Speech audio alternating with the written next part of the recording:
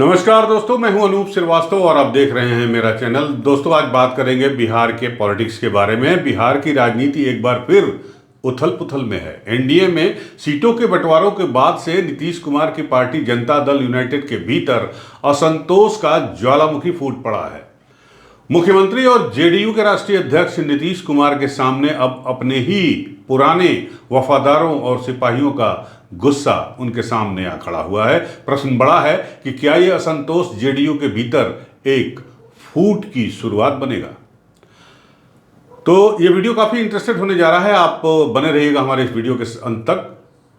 NDA में जिस तरह सीटों का बंटवारा हुआ है उसके बाद से जेडीयू के कार्यकर्ताओं नेताओं ने मुख्यमंत्री नीतीश कुमार के खिलाफ मोर्चा खोल दिया है।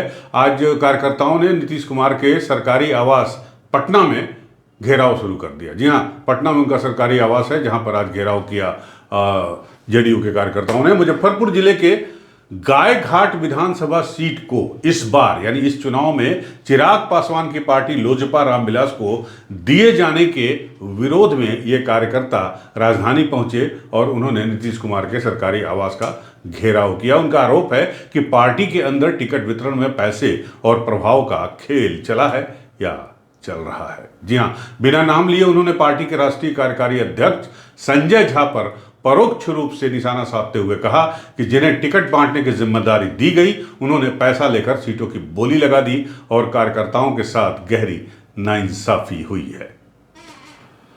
आपको बता दें, पटना में मुख्यमंत्री आवास के बाहर भारी संख्या में जुटे कार्यकर्ताओं ने जमकर नारेबाजी की। बैनर और पोस्टर लेकर इन कार्यकर्ताओं का कहना था कि जिन नेताओं ने सालों से नीतीश कुमार के साथ कंधे से कंधा मिलाकर काम किया उन्हें इस बार टिकट के लिए लाइन से बाहर कर दिया गया है, यानी उन्हें हाशिए पर खड़ा कर दिया गया है, जबकि नए चेहरे और पैसे वाले उम्मीदवार प्राथमिकता में आ गए। आपको बता दें कि ये विरोध सिर्फ सड़कों तक सीमित नहीं रहा है, अब बात पहुंच गई है पार्टी के भीतर और अगर और आगे कहें तो संसद तक। जी हां, भागलपुर से जेडीयू सांसद अजय कुमार मंडल ने मुख्यमंत्री नीतीश कुमार को चिट्ठी लिखकर लोकसभा सदस्यता से इस्तीफा यानी रेजिग्नेशन देने की इच्छा जता दी है। ये हैं अजय मंडल, जेडीयू के उन नेताओं में से जिन्होंने पिछले 20 साल से पार्टी का झंडा और पार्टी के मंच पर सक्रिय हैं। झंडा भी उठा रखा है और मंच पर भी सक्रिय रहे हैं। उन्होंने अपनी चिट्ठी में क्या लिखा है? लिखा है कि जिन लोगों ने पार्टी के लिए कोई काम नहीं किया उन्हें टिकट दिया जा रहा है और जो सालों से वफादारी निभा रहे हैं उन्हें दरकिनार किया जा रहा है। उनकी ये चिट्ठी सिर्फ एक सांसद की नाराजगी नहीं बल्कि उस डर और टूटन की गूंज है जो इन दिनों जेडीयू के तमाम जिलों में, मतलब जेडीयू को लेकर टिकट बंटवारे को, असंतोष को लेकर बिहार के तमाम जिलों में महसूस की जा रही है। बिहार के कई पुराने नेता, मतलब जेडीयू के नेता, जिला स्तर से लेकर पूर्व विधायकों तक अब खुलकर टिकट वितरण पर सवाल उठा रहे हैं और सीधे सीधे उनके निशाने पर कार्यकारी अध्यक्ष संजय झा हैं। पार्टी के स्थानीय संगठनों का कहना है कि हाईकमान की टीम ने स्थानीय समीकरणों और परफॉर्मेंस रिपोर्ट को पूरी तरह से नजरअंदाज कर दिया है और टिकट बांटने में संगठन से ज्यादा करीबियों की सिफारिश चल गई है। बड़ा आरोप है और मुझे लगता है कि पिछले 20 सालों में नीतीश कुमार को इस तरह के विरोध का सामना नहीं करना पड़ा है। अगर पार्टी सोर्सेज की बात करें, पार्टी सूत्र बताते हैं कि इस बार नीतीश कुमार पर एनडीए के समन्वय समीकरण का भी भारी दबाव था। बीजेपी और जेडीयू ने बराबर बराबर सीटों पर सहमति से बना तो ली, लेकिन बाकी दलों जैसे खासकर जीतन राम मांझी की अगर हम बात करें तो उनको या उपेंद्र कुशवाहा की उनकी पार्टी को बहुत कम सीटें मिली। अब इसमें जेडीयू के कई परंपरागत कार्यकर्ताओं को कहना है कि उनको लगता है कि नीतीश कुमार ने अपने पुराने सहयोगी की बलि गठबंधन की मजबूरी पर चढ़ा दी। गौरतलब है कि पिछला वीडियो हमने बनाया था, उसमें आपको यह भी बताया था कि ओम प्रकाश राजभर की पार्टी सुभासपा भी बिहार से चुनाव लड़ना चाहती थी एनडीए के गठबंधन में और उसे सिर्फ 3 सीटें की उम्मीद थी, लेकिन वो भी नहीं मिली और नीतीश कुमार ने उसके लिए सिफारिश भी की थी। आप पिछला वीडियो हमारा देख सकते हैं। बहरहाल आते हैं नीतीश कुमार पर। नीतीश कुमार जो 2005 से अब तक बिहार की राजनीति में सुशासन के प्रतीक माने जाते हैं, आज अपने ही संगठन में सवालों से घिरे हैं। मुख्यमंत्री के तौर पर भले ही वे एनडीए का चेहरा बने हुए हैं, लेकिन टिकट विवाद ने उनके नेतृत्व की साख पर असर डाला है। 20 साल से पार्टी से जुड़े नेता एकजुट होकर कह रहे हैं कि संगठन अब कार्यकर्ताओं की नहीं, दलालों की सुन रहा है। पटना, भागलपुर, दरभंगा, सासाराम, रोहतास, कैमूर जैसे जिलों में पार्टी दफ्तरों के बाहर नाराज कार्यकर्ताओं ने बैठकें करनी शुरू कर दी है, बयानबाजी शुरू कर दी है। पोस्टर लगाए जा रहे हैं जिन पर लिखा हुआ है, मेहनत हमारी, इनाम किसी और को क्यों। इतना असंतोष एक गंभीर संकेत है। सवाल यही है कि क्या ये विरोध अब संगठनात्मक बदलाव लाएगा या फिर जेडीयू टूट की ओर बढ़ रहा है। जाहिर है नीतीश कुमार के लिए यह चरण बेहद चुनौतीपूर्ण है। पहला कारण है गठबंधन का दबाव। एनडीए के भीतर बीजेपी बराबर सीटों पर चुनाव लड़ रही है। पार्टी के कई वरिष्ठ नेता ये मानते हैं कि इस बराबरी ने, यानी टिकटों की बराबरी ने 101 जेडीयू के भीतर या उसके कार्यकर्ताओं के भीतर असुरक्षा की भावना बढ़ा दी है। दूसरा कारण है संगठन का ढांचा।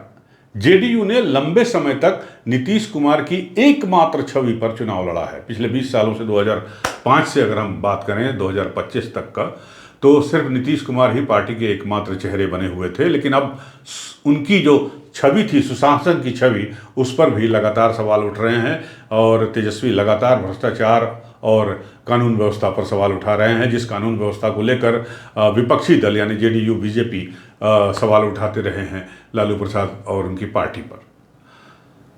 तो कार्यकर्ता अपने योगदान के अनुसार सम्मान और टिकट की मांग कर रहे हैं। अब तीसरा कारण है गुटबाजी।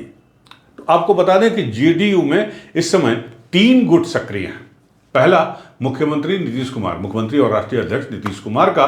दूसरा राष्ट्रीय कार्यकारी अध्यक्ष संजय झा का, जिन पर तमाम आरोप लगाए जा रहे हैं पार्टी के कार्यकर्ताओं और नेताओं के द्वारा। और तीसरा कुछ पुराने सांसदों, पूर्व मंत्रियों का, जो खुद को हाशिए पर महसूस कर रहे हैं, खासकर इस चुनाव में। अब अजय मंडल का ये पत्र इसी तीसरे गुट की आवाज बनकर उभरा है। नीतीश कुमार ने अब तक इस पूरे विवाद पर कोई भी सार्वजनिक बयान जारी नहीं किया है, लेकिन अंदर खाने से खबर है कि पार्टी के शीर्ष नेतृत्व ने कुछ असंतुष्ट नेताओं से संवाद शुरू कर दिया है, क्योंकि संकेत अच्छे नहीं हैं। मकसद साफ है, चुनाव से पहले किसी भी तरह फूट की आशंका को रोकना है। अन्यथा जेडीयू का जो नुकसान होगा तो होगा ही, साथ साथ एनडीए भी, उसको भी नुकसान हो जाएगा, उसके लिए भी मुश्किलें बढ़ सकती हैं और इसका फायदा अपोजिशन यानी महागठबंधन उठा सकता है। बहरहाल भागलपुर में राजनीतिक सरगर्मी तेज है। कहने को अजय मंडल ने अभी इस्तीफा नहीं दिया है, लेकिन उनका पत्र जेडीयू की दीवारों में दरार डाल चुका है। स्थानीय स्तर पर यह माना जा रहा है कि अगर ये असंतोष नहीं थमा तो पार्टी को कम से कम 15 से 20 सीटों पर बगावत का सामना करना पड़ सकता है। ये संख्या कम ज़्यादा भी हो सकती है। ये पहली बार नहीं है जब नीतीश कुमार को अंदरूनी नाराजगी झेलनी पड़ रही है। 2014 और 2020 में भी टिकट बंटवारे को लेकर जेडीयू में विरोध की आवाज उठ चुकी है, लेकिन तब पार्टी पर नीतीश कुमार की पकड़ इतनी मजबूत थी कि असंतुष्ट नेता या तो चुप हो गए या बाहर जाकर राजनीतिक तौर पर कमजोर साबित हुए। लेकिन इस बार स्थिति अलग है। इस बार नीतीश कुमार खुद एनडीए का चेहरा है। टोटल न सिर्फ अपनी पार्टी का बल्कि बीजेपी और उसके सहयोगी दलों का भी, इवन की उसमें एलजेपी भी शामिल है, जो पिछली बार जेडीयू के खिलाफ चुनाव लड़ी थी। और अगर एनडीए का प्रदर्शन कमजोर रहा तो सारा दबाव नीतीश पर ही आएगा या उनके ऊपर ही पड़ेगा। आगे की तस्वीर अब साफ फिलहाल तो नहीं दिखाई दे रही है, और लेकिन सवाल उठ रहे हैं कि क्या पार्टी नेतृत्व पुराने सिपाहियों का विश्वास वापस जीत सकेगा, या फिर टिकट वितरण की ये दरार आने वाले चुनाव में जेडीयू की ताकत को और कमजोर कर देगी। नीतीश कुमार ने हमेशा कहा है कि लोकतंत्र में संवाद ही समाधान है, तो अब देखना यह होगा कि संवाद बचेगा या संगठन में बिखराव बढ़ेगा। बिहार की राजनीति अब उसी मोड़ पर खड़ी है जहां सत्ता का समीकरण और संगठन की एकता दोनों की परीक्षा एक साथ होने जा रही है। जाहिर है जेडीयू के लिए ये चुनाव सिर्फ सत्ता की लड़ाई नहीं बल्कि अपने भीतर छिपे असंतोष को काबू करने, साथ ही साथ नीतीश की छवि को बरकरार रखने और पार्टी की जो जड़ें हैं उसे मजबूत करने की सबसे बड़ी चुनौती भी है। पटना से लेकर भागलपुर तक उठ रही इस नाराजगी की आवाज़ क्या जेडीयू की सियासत बदल देगी? सवाल यही है। देखना होगा आने वाले दिनों में बिहार की सियासत कौन सा मोड़ लेती है, खासकर जेडीयू की राजनीति किस तरफ जाती है। दोस्तों, हम आपके लिए निष्पक्ष, सच्ची और संतुलित यानी बैलेंस्ड खबरें लाते हैं और इस जिम्मेदारी को आगे बढ़ाने के लिए हमें आपके आर्थिक सहयोग की आवश्यकता है। कृपया स्क्रीन पर दिख रहे QR कोड को स्कैन कर हमारे चैनल को सहयोग करें। आपका हर सहयोग हमें और मजबूत बनाएगा। दोस्तों, अगर आपको हमारा ये वीडियो अच्छा लगा है तो हमारे वीडियो को लाइक करें और शेयर करिए और हमारे चैनल को सब्सक्राइब जरूर करें। साथ ही हमारे वीडियो के डिस्क्रिप्शन में दिए गए कुछ लिंक एफिलिएट लिंक है, अगर आप इन पर क्लिक करके कुछ खरीदारी करते हैं तो हमें बिना आपके अतिरिक्त खर्च के थोड़ा कमीशन मिल सकता है। ये हमारे चैनल को सपोर्ट करेगा।